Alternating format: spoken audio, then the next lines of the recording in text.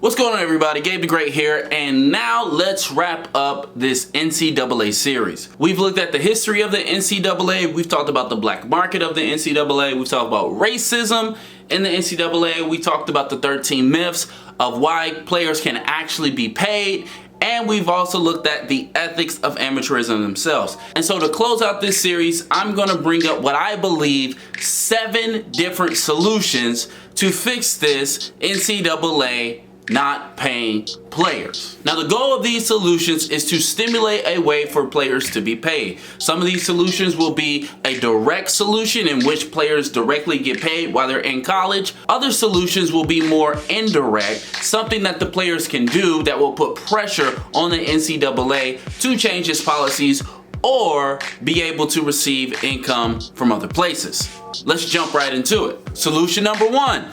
Just pay the players. Now, we've talked about this particularly in the video titled 13 Myths about why players can't be paid. One thing that you could do is simply just pay the players. Now, if you haven't been around for these videos, when we're talking about paying players, number 1, we're really only talking about football and basketball in Division I in the Power 5 conferences. Power 6 if you want to include the Big East. And we're only talking about the best of the best. The Zion Williamsons, the Kyler Murrays, all these guys who really drive ticket sales and really drive merchandising and things like that. And so what I talked about and what Andy Schwartz talked about in the 13 Myths about not paying college players is that you should just pay them. You don't need to come up with a rules committee. You don't need to come up with a compensation committee. You don't need to come up with any of that. All you need to do is pay them for their services. They are coming to school not simply just to go to school. And we talked about that in the amateurism video. The NCAA acts like the primary reason for these athletes going to college is to actually go to college, when in actuality, the primary reason for a lot of these student athletes going to college is to play a sport, with dreams of getting to the next level. And one of the things that we've talked about in previous videos is, hey, just pay the players. The market will figure itself out. It is going to be really chaotic in the beginning, right? Teams are going to overpay, teams are going to underpay, but what that's going to get rid of is that's going to get rid of all the under the table business.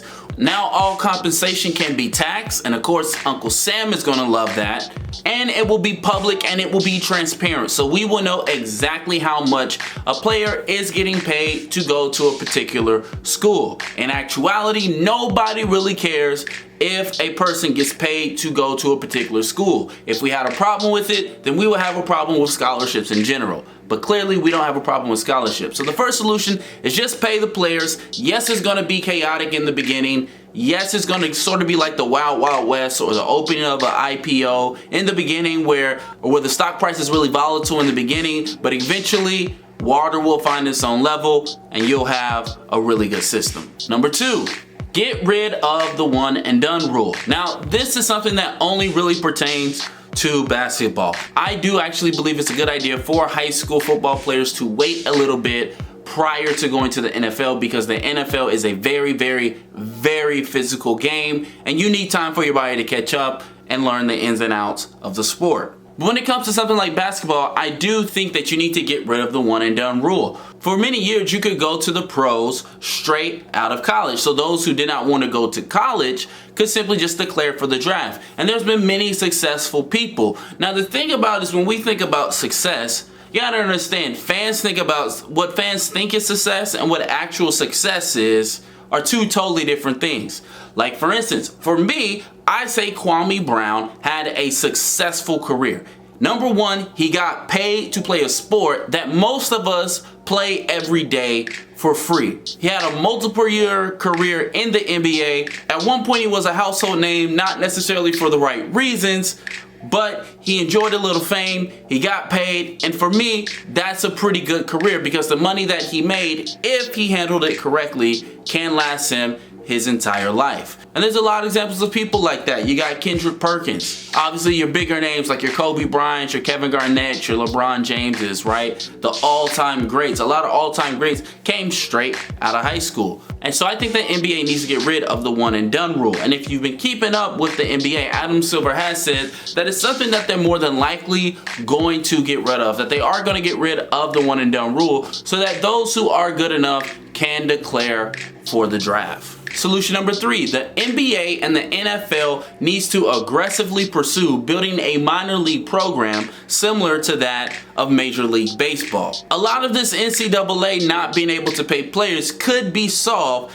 if the NBA and the NFL had good minor league systems. The problem with both leagues is they don't have a really developed minor league systems. Now the NBA is a little bit further ahead than the NFL, but they still have a lot left to be desired. The NBA did recently increase the G League salaries, which is a step in the right direction, but they need to get it to a point where every single franchise in both the NFL and the NBA has a minor league program. This can only result in more profit for the two leagues and produce a better quality on the field of competition. Even in this past NBA season, I believe something over 60% of all the players that played in the NBA this season spent some amount of time in the G League. So it does work, and we're seeing it be utilized a lot more. If they both had a well-developed minor league program, all they could do is simply make their drafts longer. So maybe the NBA goes from 2 rounds to 15 rounds, and maybe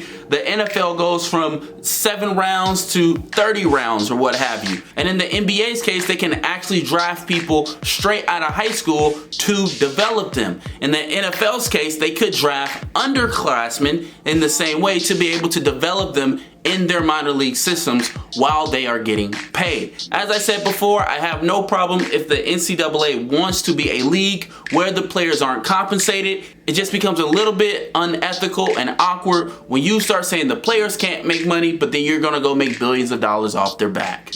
Solution number 4, allow the players to make money off their own likeness. This is one of the things that I think is just so warped and really evil about this whole process, that as it stands today, the NCAA owns the rights to your likeness. So you can't profit off of your own name. You can't profit off of your own brand, which to me is absurd because your brand is how you make money. We buy certain shoes because of the brand, the Jordan brand, the LeBron brand, the Kobe brand, the Nike brand, the Adidas brand. Branding is everything. And unfortunately, while these athletes are playing in the NCAA, they are not allowed to have their own brand, which is absurd. Now, the NCAA is looking at changing their rules to allow players to be able to make money off their own likeness, but I'm a little leery as how they're going to let it happen. What I think is going to happen is they're going to do something shady where they're really still where it's more profitable for them. And that's oftentimes what happens with these things.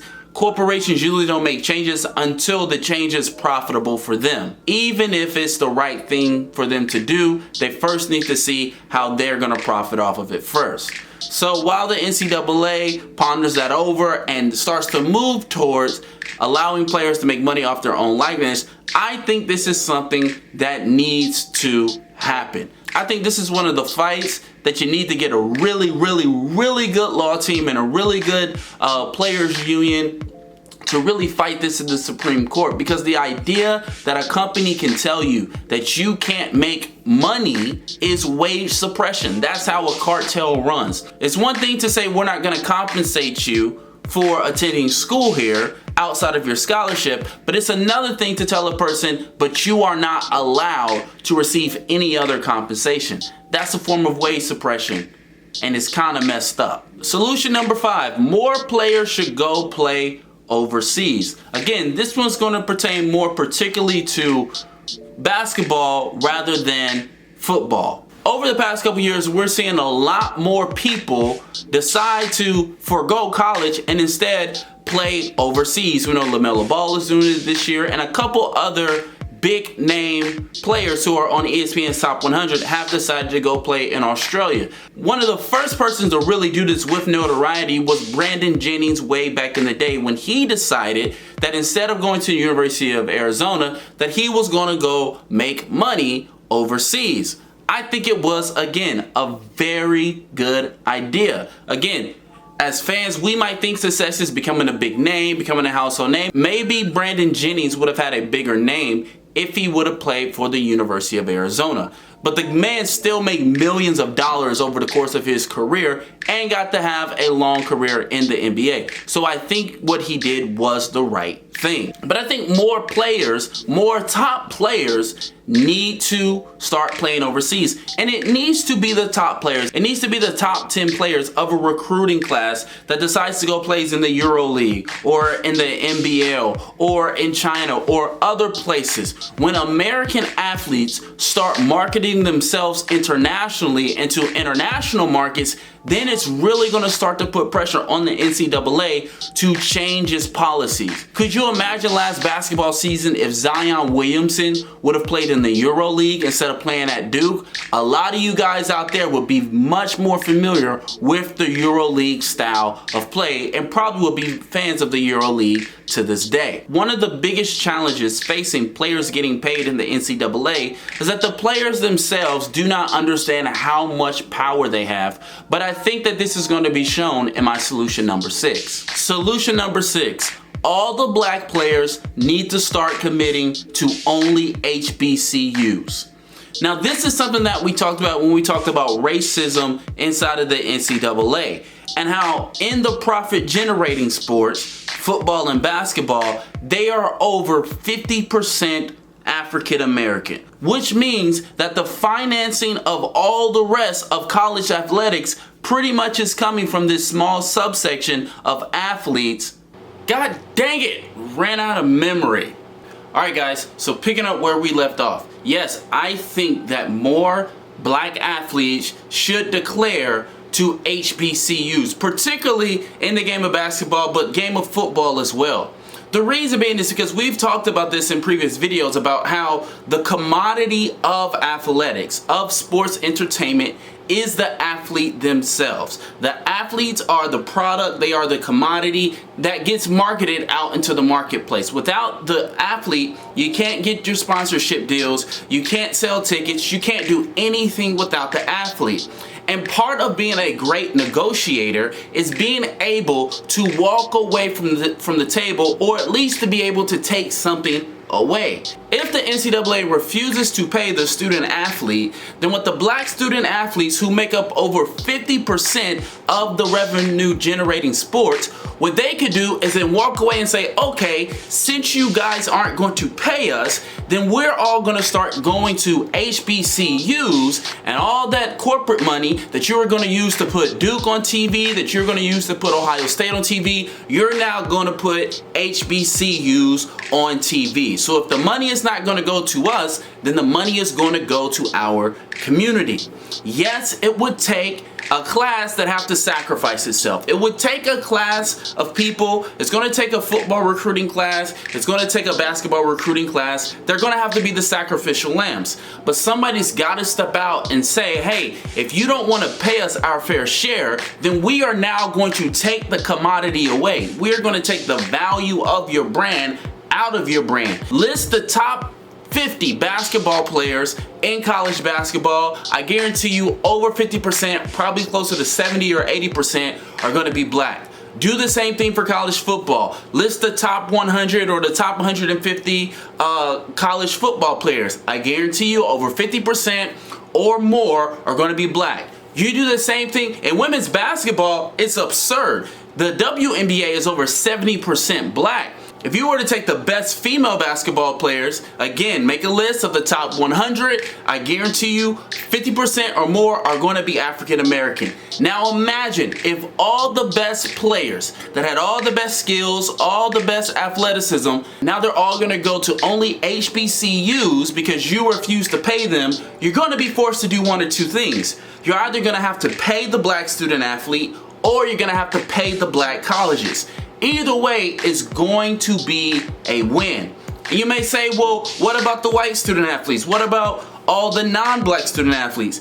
It will be a plus. Look, anytime black people have progress in this country, everybody has progress in this country. When the Civil Rights Act was passed, largely through the African American community, women got more rights, gay people got more rights, people with disabilities got more rights. Everybody gets more rights when the black community gets more rights. A big part of this is just knowing your value. I talked about this on my Instagram the other day, that a lot of people let the game use them. They let football use them. They let basketball use them. They give these sports their best peak physical years, and then they walk away with nothing, or the best of the best of the best of them walk away with a few dollars, and the rest of them are going to have chronic physical issues for the rest of their life. Do not let the game use you. You use the game.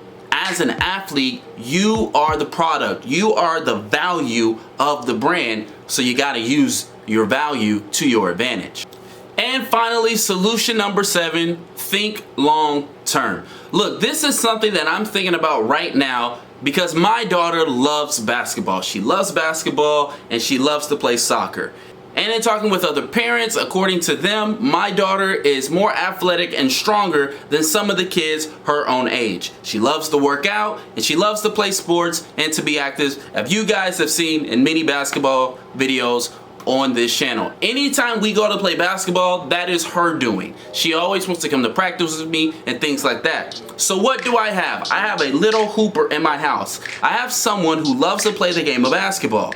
So that means as a parent, I need to think long term. I need to think about these issues about her if she goes to college, whether or not she can be paid. How is she going to be able to monetize her brand? And make sure that she uses the game and the game doesn't use her. So what are some things that I'm doing? Well, YouTube is one of these things. Could you imagine if over the next 10 to 12 years, everyone got to watch Abigail develop as a basketball player? Inevitably, people will become fans of her. What if over the next 10 years, I'm able to build this channel up to 1 million subscribers, as well as building on other platforms like Instagram and Twitter, or whatever platforms will come about in the next 10 years. Now, as she goes into her senior year of high school, she will have a brand. She will have a following, an international following, because not just people from America watch my videos, which then will give her power and leverage once she gets to her senior year. Then in her senior year of high school, if she doesn't want to go to the NCAA, number one, we'll have the money to be able to pay for her to go to college wherever she wants. And through over many, many years, she would have built up a loyal fan base. It's going to give her the personal power and leverage to be able to decide what she wants to do. She will not have to take the NCAA's offer if by that time they're not paying college athletes. And this is the kind of things that I think parents need to start thinking about way more. If you know at 7, 8, 9, 10, 11 years old that your kid is very interested in a particular sport, you need to start thinking about who are the players, more specifically, who are the controllers of the sport? How is revenue generated? Who pays that? Who are the corporate sponsors? Who are the people that fund the people who pay the people that play basketball? These are the kind of questions that you need to ask yourself as a parent. But as parents, our job is to see into the future,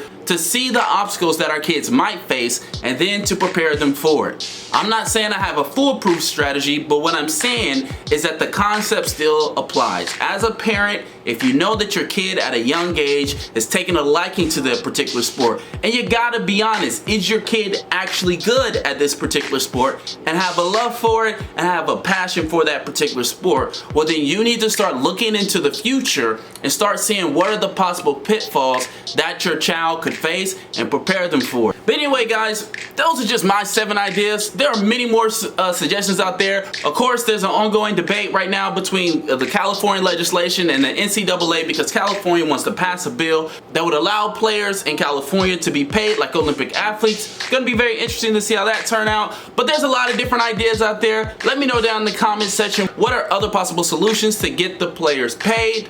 Like it if you like it, subscribe if you're new, go follow me on Twitter and Instagram. I'll be over there talking to myself. And I'll see you next time. Peace.